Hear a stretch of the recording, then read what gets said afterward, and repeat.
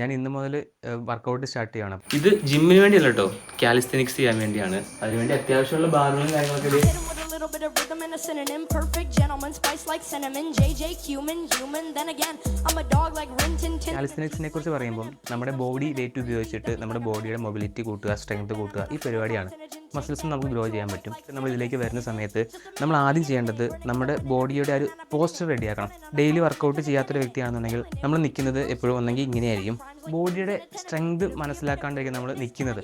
അത് നമ്മൾ ആദ്യം ക്ലിയർ ചെയ്യണം. വർക്കൗട്ട് സ്റ്റാർട്ട് ചെയ്യുന്ന സമയത്ത് നമ്മുടെ കാലിൻ്റെ വിരൽ അതിൽ കുത്തി ഇങ്ങനെ നിൽക്കുക. കാലിന് ജസ്റ്റ് ഒരു സ്ട്രെങ്ത് കൊടുക്കുക.